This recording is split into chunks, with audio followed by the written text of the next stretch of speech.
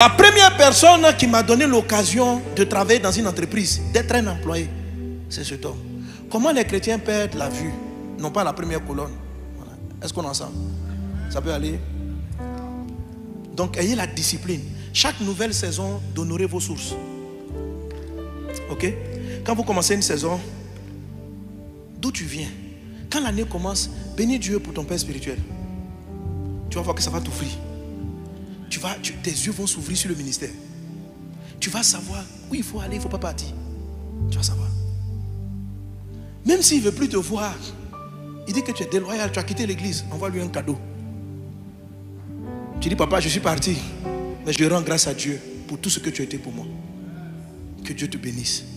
C'est le début de l'année. Une nouvelle saison s'ouvre pour moi. Que Dieu se souvienne de toi. C'est tout. Après, il dit, je ne veux pas, je ne veux plus me parler. Mais toi, honore-le. L'honneur est une attitude de cœur. Ce n'est pas forcément une relation positive. Des fois, des relations sont exécrables. Mais il faut continuer de respecter, d'honorer. Est-ce que quelqu'un m'a suivi? La haine vous rend aveugle. Dans le livre de 1 Jean, il est dit, celui qui hait son prochain, il est dans les ténèbres. Quand vous commencez une nouvelle saison, assurez-vous qu'il n'y a aucune amertume contre les gens qui vous ont blessé dans la saison précédente.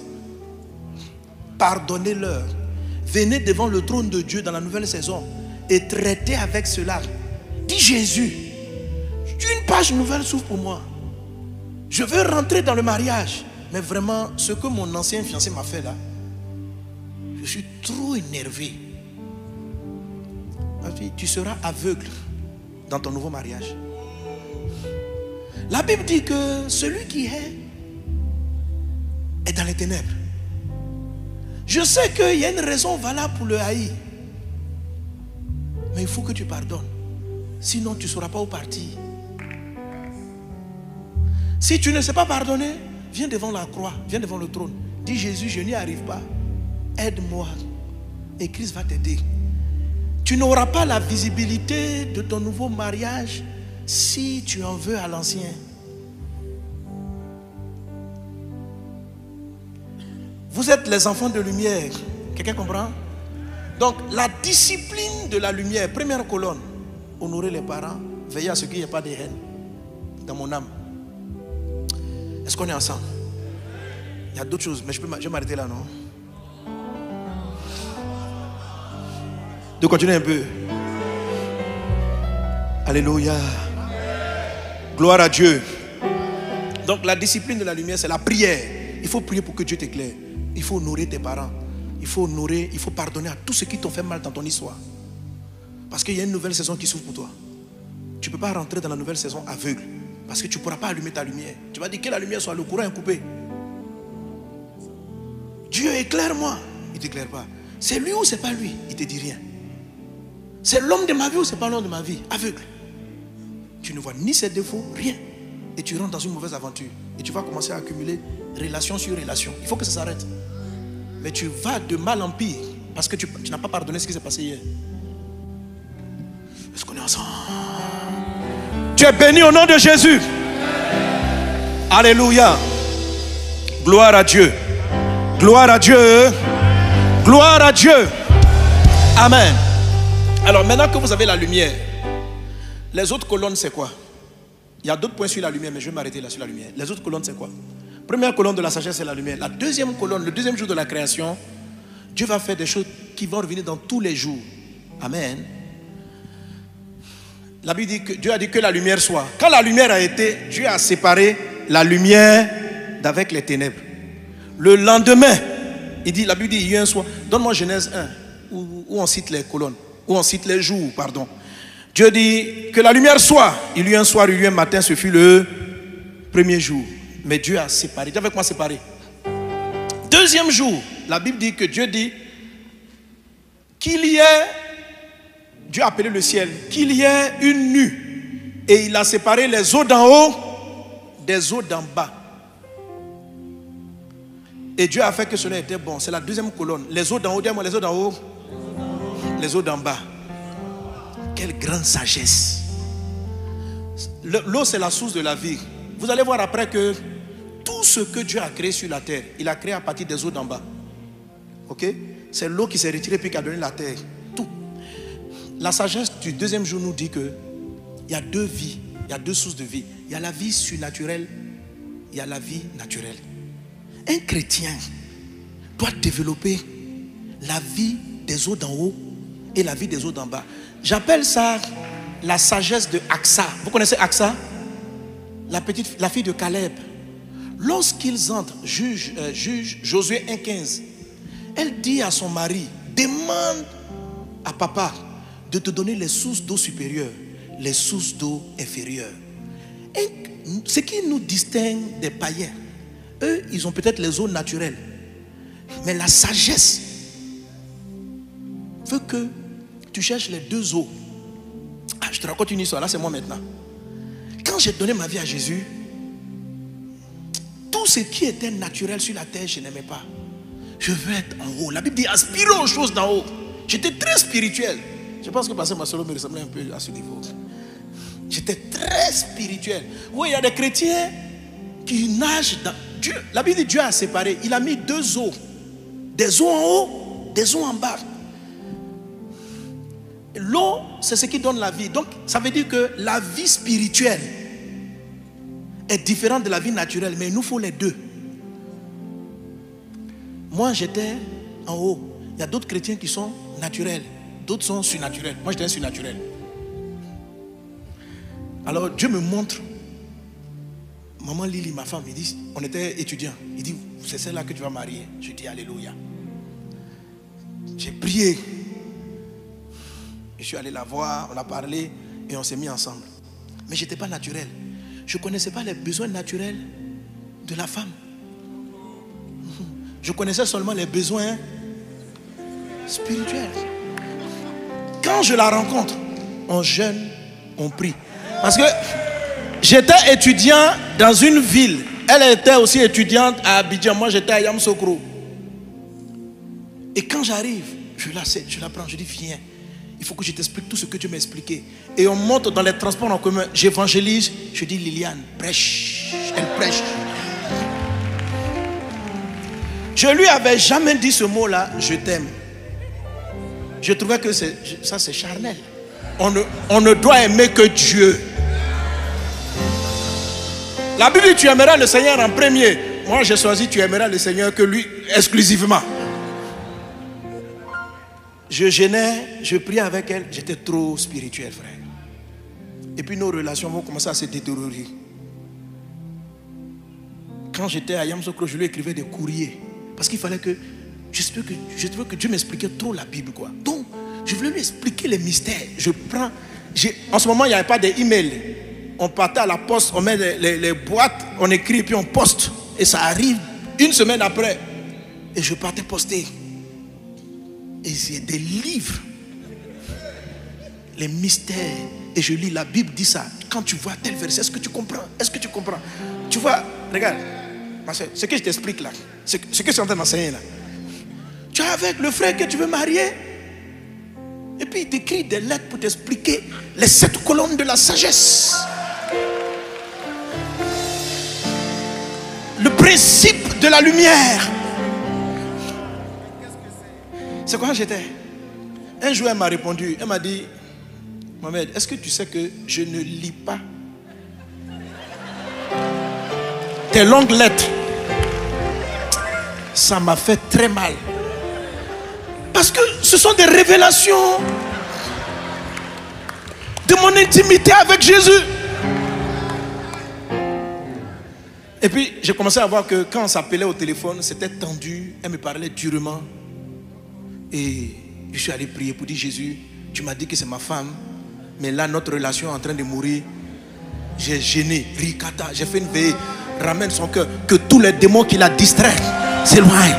Au nom de Jésus, au nom de Jésus.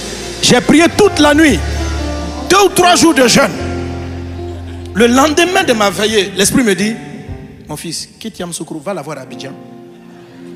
Offre-lui des fleurs. Dis-lui que tu l'aimes. Invite-la au restaurant. Quand j'ai entendu ça, je dis, quoi? Qui peut parler ainsi? Qu'est-ce que le Saint-Esprit va faire dans un restaurant? Qu'est-ce que l'Esprit de Dieu a à voir avec des fleurs?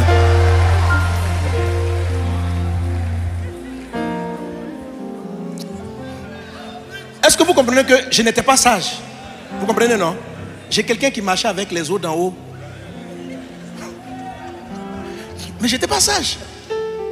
La deuxième colonne de la sagesse, elle dit que, enfant de Dieu, comprenez que le deuxième jour, j'ai mis 2 qualités d'eau. J'ai séparé et j'ai défini le monde spirituel du monde naturel.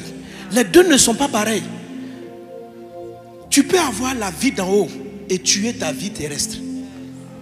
Tu peux être un homme très spirituel, mais tuer ton foyer sur la terre. Tu peux être un homme, avoir les eaux. Les eaux, c'est ce qui donne la vie. Sur la terre, tu as la vie, mais spirituellement, tu es mort. Il te faut les deux. C'est de la sagesse. De l'équilibre. De l'équilibre. Il te faut de l'équilibre. Amen.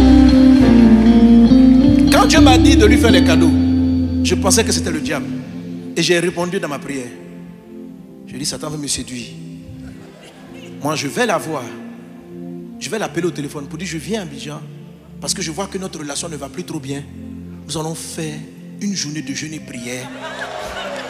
Pour demander à Dieu de nous éclairer sur le fond de nos disputes. Et j'ai gêné. Quand je l'appelais au téléphone, il n'y avait pas de téléphone cellulaire. Le téléphone, on partait, on tournait quoi. Oui, allô, Liliane. Oui. Je remarque que ces temps-ci, notre relation devient froide. Et je crois qu'il y a quelque chose qui ne va pas. Tu aimes Dieu, j'aime Dieu. Je viens sur Abidjan pour qu'on prenne une journée pour chercher la face de Dieu dans la prière et comprendre le fond de notre malaise conjugal. On n'est pas mariés, mais du malaise de nos fiançailles. Elle me répond, je ne jeûne pas. Et puis elle raccroche. J'ai été traumatisé. J'ai prié. Dieu dit, est-ce que c'est ce que je t'ai dit de faire? Alors je suis parti chercher mes fleurs. Et je suis arrivé à Abidjan. Je dis, Liliane, des fleurs. Mais écoutez, les frères, tellement j'étais brut. Même les fleurs, ça se donne avec. Ce sont les eaux d'en bas. Ça donne. Il y a des manières de faire. Mais imagine la brutalité du geste. Liliane, fleurs.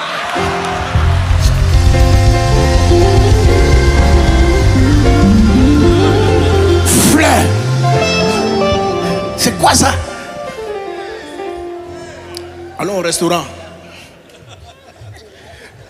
Je me suis concentré jusqu'à la fin du restaurant pour lui dire je t'aime. Mais je crois que je lui ai dit, Dieu m'a dit de te dire.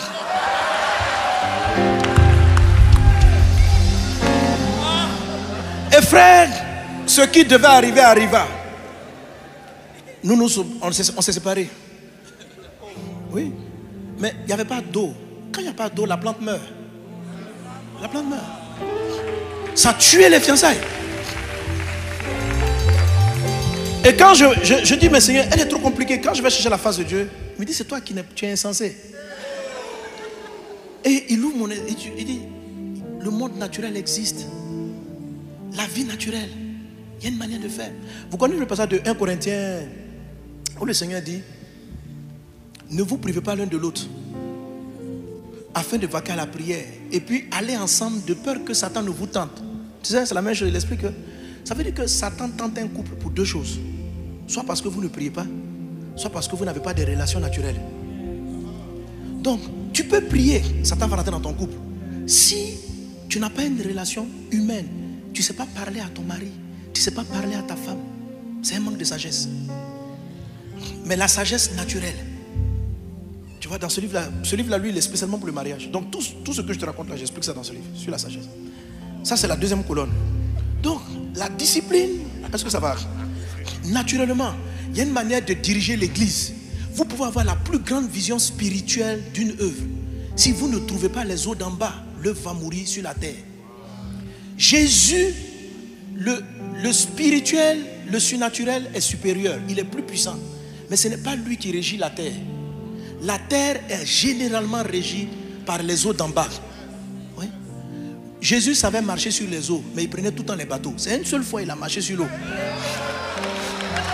Amen. Alléluia.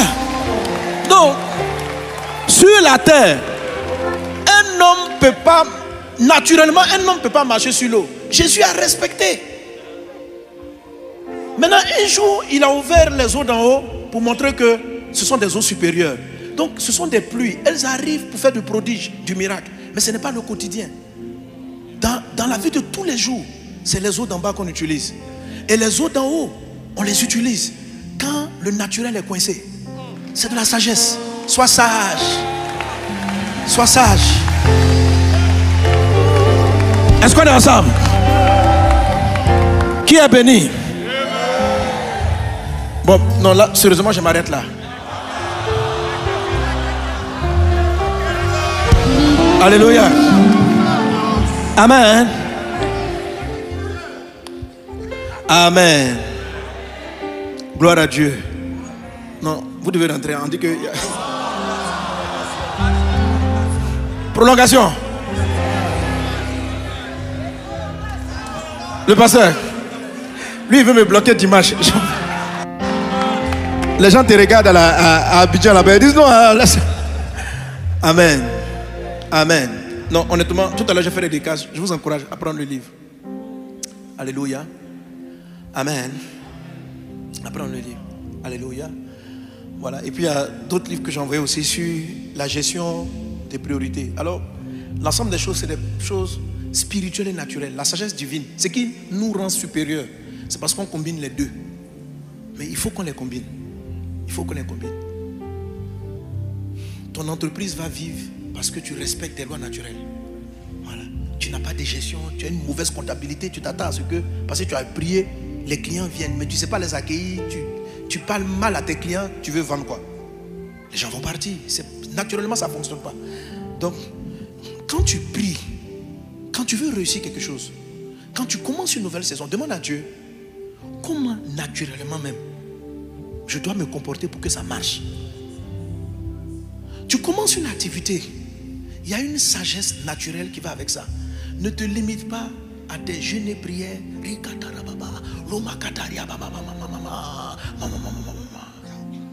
Quand tu veux te marier, il y a une attitude naturelle, il y a une attitude spirituelle. Les deux vont ensemble. C'est la même colonne. Ton foyer peut mourir parce que tu pries seulement. Et naturellement, tu ne sais pas parler à ton mari. Tu ne sais pas t'occuper de tes enfants. On dit occupe-toi, faut les éduquer. Non, la prière. Tu n'es pas sage. Deuxième colonne. Troisième colonne. Le troisième jour. Dieu retire les eaux, mais je ne vais pas traiter ça. Dieu retire les eaux. Et puis il fait sortir la terre. Et puis Dieu fait en sorte que les plantes poussent. Et il y a une phrase qu'il prononce. Il y a plusieurs éléments dans cette sagesse. Juste ce qu'il dit. Il dit, Dieu a fait en sorte que toutes les plantes, tu peux afficher le texte, où il a dit, Dieu dit que les eaux se retirent et que le sec paraisse. Et quand le sec est paru, il dit que la terre produise de la verdure. Et il a dit que la terre produise de la verdure, des herbes portant leurs semences. Je veux juste insister sur le fait que tout fruit que Dieu a donné à l'homme à manger, parce que plus tard Dieu va dire à l'homme, ta nourriture, lisez bien les textes, il a dit, tu vas manger les arbres qui portent leurs semences. C'est une grande sagesse. Mais elle est du troisième jour. Là, ça fait partie de la troisième colonne. La nourriture de l'homme, c'est des fruits avec une semence. Il dit, Dieu dit, effectivement la référence, il dit à l'homme, je te donne toute plante portant en lui, voilà, vous voyez, il dit, la terre produisit de la verdure et l'herbe portant sa semence selon son espèce, des arbres donnant du fruit et ayant en eux leur semence selon leur espèce. Dieu vit que cela était bon et ce fut le troisième jour. Amen. Ah, c'est la troisième colonne. Donc c'est un aspect de la troisième colonne. Maintenant, plus loin, Dieu dit à l'homme, je te donne toute herbe et toute arbre de fruits portant sa semence. Si tu trouves ça, portant sa semence. Ça, c'est ce que Dieu m'a, c'est la sagesse que Dieu m'a donnée. Et Dieu dit, voici, je vous donne, c'est Adam et Ève, toute herbe portant de la semence qui est à la surface de toute la terre et tout arbre ayant en lui du fruit d'arbre et portant de la semence. C'est-à-dire que Dieu ne veut pas que tu manges un fruit qui n'a pas sa semence. La nourriture de l'homme, tout ce que Dieu te donne à manger, doit transporter une semence. Amen. Dis-moi la semence. Ça, c'est ce qui m'a... Dieu a utilisé cette sagesse-là pour me donner d'acheter les instruments de l'église, organiser les croisades. C'est la troisième colonne. Mais c'est un aspect de la troisième colonne. C'est un aspect. Quand vous allez prendre le livre, c'est plus développé. Je prends juste un aspect. Amen. C'est quoi un arbre qui porte sa semence? La semence, si je prends une orange, la semence de l'orange, c'est quoi? Le pépin. Mais n'appelez plus ça pépin. Ce que je vais vous expliquer, c'est que quoi? C'est que Dieu dit, si je te donne une orange, il faut savoir que j'ai mis dans l'orange le moyen de l'auto-reproduire. Ça veut dire que tout ce que je te donne à manger, en fait, ce que tu veux dire, c'est que Dieu ne crée pas deux fois une nourriture. Les mangues qu'on mange aujourd'hui, elles viennent depuis Adam. C'est-à-dire, c'est le noyau de la mangue de Adam. Dieu n'est plus jamais revenu pour créer un nouveau manguier. Dieu l'a créé une fois, il a mis une semence. Et Adam, quand il mange le fruit, il doit savoir que le prochain fruit vient de ce qu'il a semé la semence. Parce que Dieu a dit une seule fois que les arbres soient. Il ne va pas dire ça deux fois, il ne dit pas trois fois. Alors Dieu m'a dit ceci, mon fils. Quand je te donne quelque chose pour que tu vives, il faut savoir que je mets toujours à l'intérieur le moyen de reproduire la chose. Amen. Alors, pendant longtemps, quand on a commencé notre cellule, on louait des chaises. Et j'ai prié. J'ai dit, Jésus, on va acheter nos chaises. On a prié. Et Dieu a fait grâce. Une maman est venue. Elle a offert les chaises. 100 chaises. Alléluia.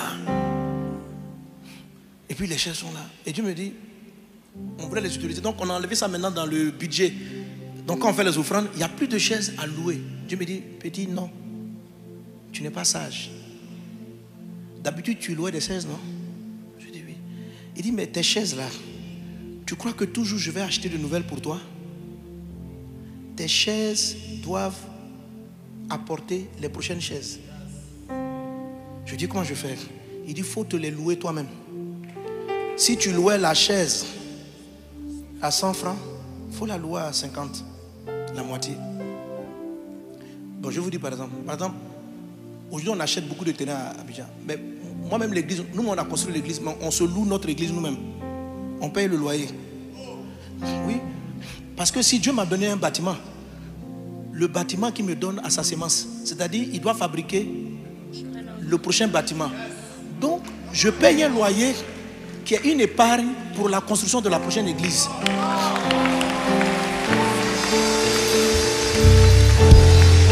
Amen. Le premier jour où on a prié et puis on a eu des instruments. Avant on louait les instruments pour conduire notre louange. Le jour où on a eu les instruments, Dieu me dit c'est un fruit, non? Je dis oui, c'est le fruit de la prière. Il dit ok. Est-ce que tu peux consommer ta guitare sans qu'il y ait une semence à l'intérieur? Je dis non. Il dit troisième sagesse, mon fils. Si tu consommes la guitare, faut pas te dire que tu vas encore prier pour acheter une deuxième guitare après. Parce que cette guitare va finir par s'abîmer. Donc pendant que tu la joues, elle doit fabriquer la seconde. Donc il faut louer toi-même ta propre guitare. Donc c'est ma guitare. Mais même si je loue ça 1000 francs, ça fait un amortissement. Ça va acheter la prochaine. Donc, depuis très longtemps, je ne lance plus d'appel à l'église pour acheter des instruments. C'est ma première guitare qui a acheté nos instruments jusqu'à maintenant.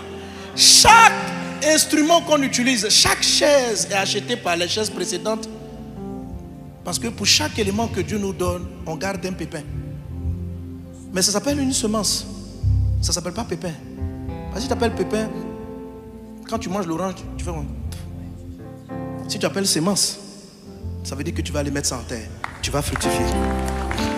Alors, si un jour tu as prié, Seigneur, donne-moi de l'argent, et Dieu vient te donner $2000, est-ce que tu dois tout consommer? Tu dois enlever quoi? La première semence, c'est la dîme, c'est ça, non? Mais est-ce que vous savez que dans l'Ancien Testament, on payait 2 dîmes? Oui. Ah ouais, je n'ai pas le temps de lire le texte, mais on payait 2 dîmes. Il y avait, si tu avais $10 000, dîme, ça fait $1000. 2 dîmes, ça va te faire $2000. Donc le premier 1000, c'est pour la maison de Dieu. L'autre, mets ça de côté. 3 ans plus tard, Dieu va te dire ce que tu dois en faire. Si tu peux enlever une dîme, enlève une deuxième. Ne mange pas tout. Garde toujours quelque chose à côté. Parce que Dieu ne crée pas 2 fois la nourriture qu'il te donne. Quand il te donne à manger, il met la semence là-dedans. C'est un des aspects de la sagesse du 3e jour. Que Dieu vous bénisse. Là, vraiment, je m'arrête là. Amen. Alléluia. Alors, vraiment, je vous encourage à prendre tous les ouvrages. J'en parle à l'intérieur, mais celui même sur les colonnes de la sagesse. Est-ce qu'on est venu avec? Il y a sur la sagesse où je fais les... parce que celui-là, c'est la sagesse, mais appliquée au mariage. C'est déjà fini? Oh. La sagesse appliquée au mariage. Ce que j'ai dit tout à l'heure sur la lumière, honorer les pères, tout ça c'est ici. La lumière pour gérer tes priorités. Amen. Que Dieu vous bénisse abondamment. Que la grâce divine soit avec toi. Que la faveur de Dieu soit avec toi. Amen. Que Dieu nous rende sages. Que Dieu nous rende sages. Que la sagesse de la 4e colonne, la 5e, la 6e, la 7e, c'est le repos. Que Dieu t'accorde du repos. Que Dieu t'accorde du repos. Permettez-moi quand même, je crois que l'Esprit veut que je dise ça. Juste sur la dernière colonne, le repos. Le repos, c'est la fin d'une saison. Toute saison que tu commences vise à te reposer. Ça veut dire que tout travail que tu fais, tu dois faire en sorte que ce que tu as bâti dans la saison, tu n'aies plus à le rebâtir 2 fois. C'est-à-dire, quand tu te reposes, bon, je sais pas.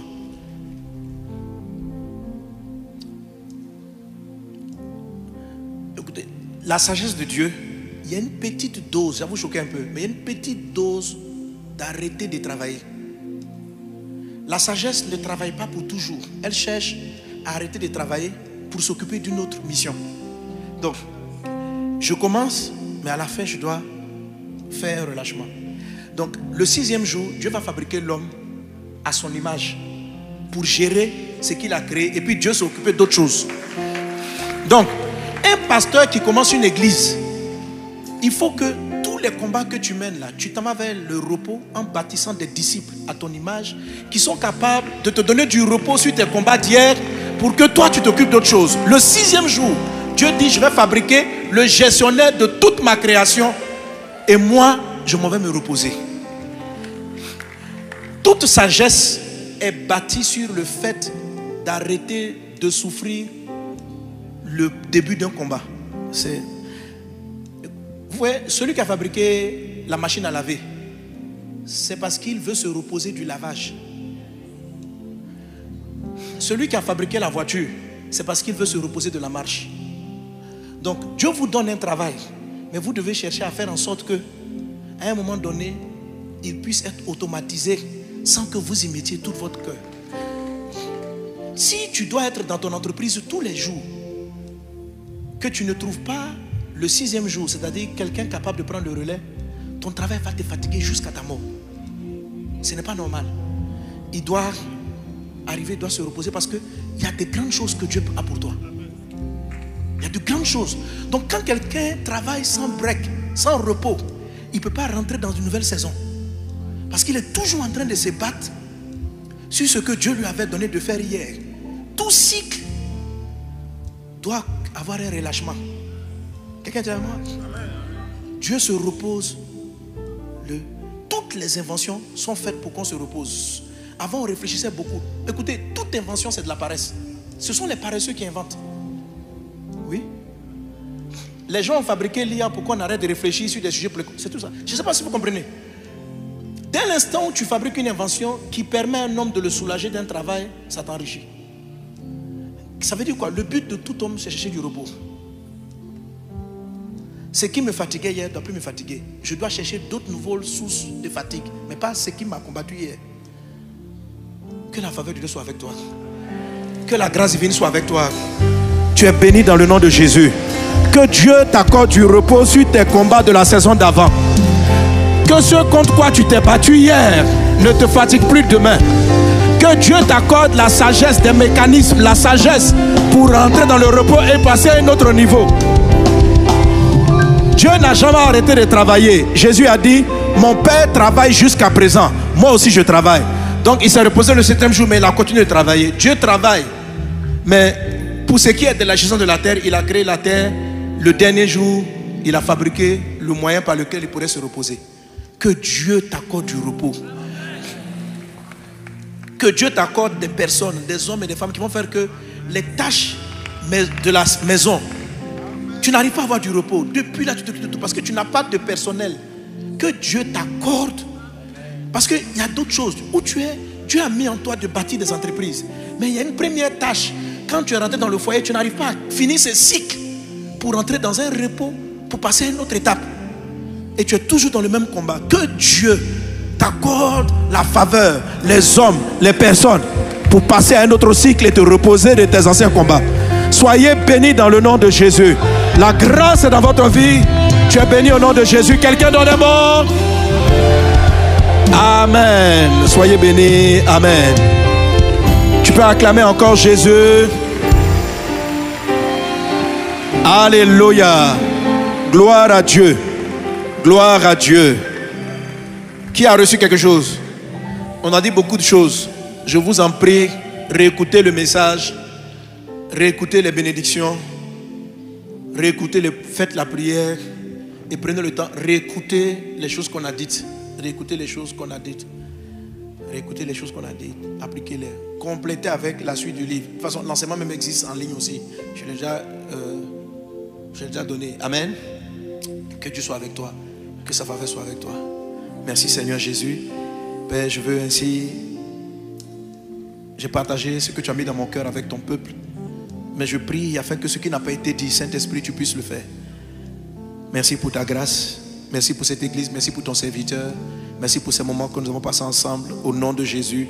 Amen.